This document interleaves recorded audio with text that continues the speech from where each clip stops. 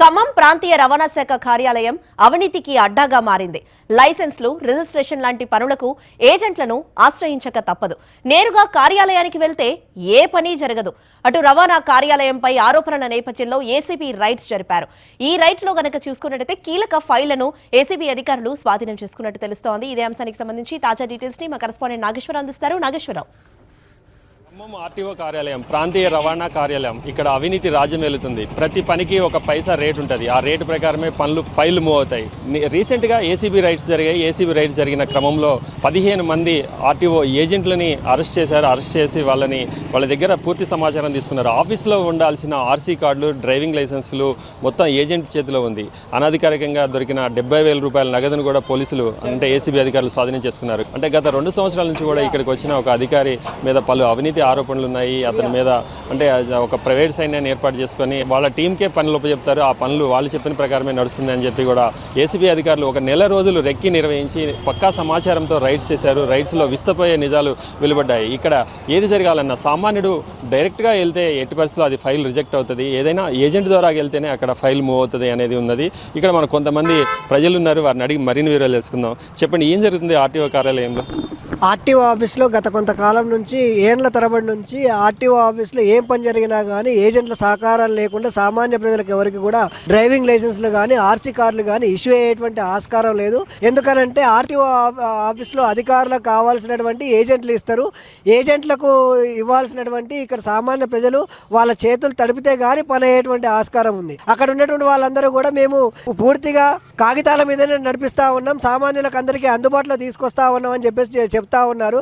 ఒకవేళ మీరు సామాన్యులకు అందుబాటులో తీసుకొచ్చేటువంటి ఆస్కారం ఉంటే ఆర్టీఓ ఆఫీస్ ఎదురుగా ఇన్ని ఏజెంట్ షాపులు ఎందుకుంటాయని చెప్పేసి మేము అడుగుతా ఉన్నాం. నిన్న ఏసీబీ దాడులు జరిగినాయి. ఇట్లాంటి ఏసీబీ దాడులు అనేక మార్లు జరుగుతూ ఉన్నా కానీ ఈ దందా అనేటువంటిది ఆగేటువంటి పరిస్థితి లేదు.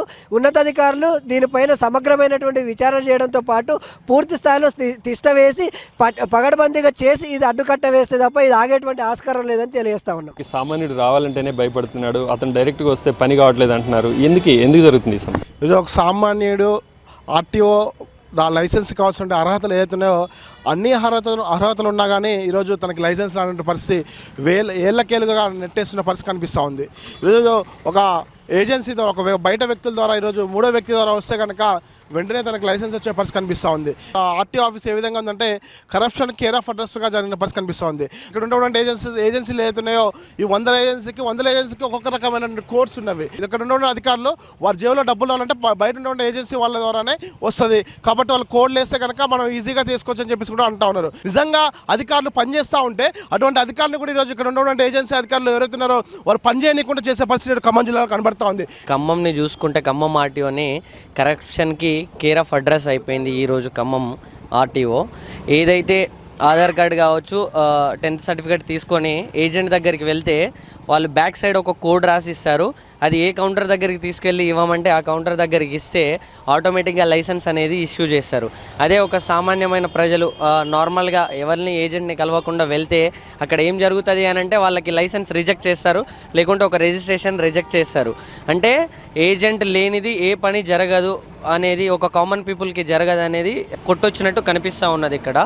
సో నేను కోరుకునేది ఏంటంటే రవాణా శాఖ ఏదైతే ఉన్నదో తక్షణమే ఖమ్మం ఆర్టీఓ ఆఫీస్ మీద చర్యలు తీసుకోవాలి.